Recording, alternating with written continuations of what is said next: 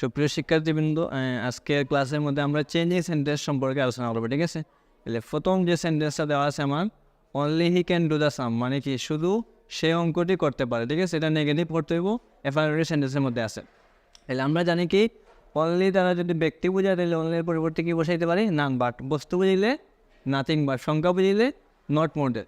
তাইলে সে শুধুমাত্র এই কাজ অঙ্কটি করতে পারে, এটা ব্যক্তি সে করতে পারে, ঠিক আছে। যার কারণে আমরা অনলি জায়গায় কী লিখবো, নান বার্ড লিখবো, ঠিক আছে। দেখলাম none bird he can do the same, শেষ। তারপরে কি আছে, হি কিলড এ বার্ড, এটা প্যাসিভ পড়তে পারি, ঠিক আছে। তাহলে এখানের মধ্যে আমার সাবজেক্ট আছে কি হি, কিলড হয়েছে আমার মূল ভার্বের পাস্ট ফর্ম, এ বার্ড হয়েছে অবজেক্ট। তাহলে আমরা একটা রুলস জানি কি অবজেক্ট প্রথমে সাবজেক্টে পরিণত, ঠিক আছে। তাহলে এ বার্ড আমরা এখানের মধ্যে সাবজেক্ট হিসাবে বসাইলাম।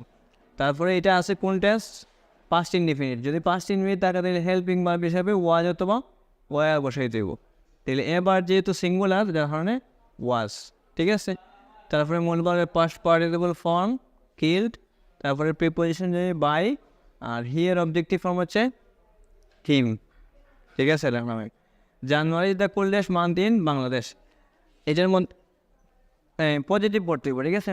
তাহলে এটা আছে কোন সেন্টেন্সের মধ্যে, কোন এর মধ্যে সুপারলেটিভ ডিগ্রির মধ্যে আছে, ঠিক আছে। পজিটিভ পড়তে হবে। যদি আমাদের মধ্যে সেন্টেন্সের মধ্যে ওয়ান অফ দি থাকে তাইলে ভেরি ফিউ দিয়ে শুরু হয়, ওয়ান অফ দি না থাকলে নো আদার, ঠিক আছে। লিখলাম নো আদার, তারপরে সুপারলেটিভ ডিগ্রির পরের অংশ month in Bangladesh, month in Bangladesh.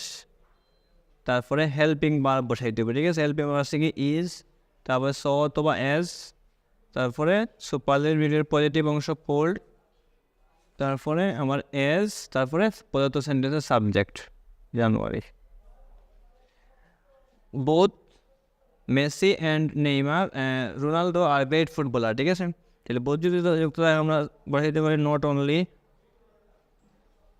Not only Messi but also Ronaldo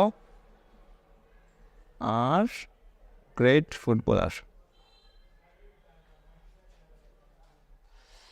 everyone hates a lie, এটা নেগেটিভ বলে। এভরি যে যুক্ত থাকে আমরা কি লিখি, এভরি এর পরিবর্তে there is no, there is no. তারপরের শব্দ কি আছে এখানে, one, there is no one. তারপরে একটা নিয়মিত বার বসাইতে হবে বাট, তারপরে বাকি অংশ hates a liar, hates a লাই। আশা করি সবাই বুঝতে পারছো।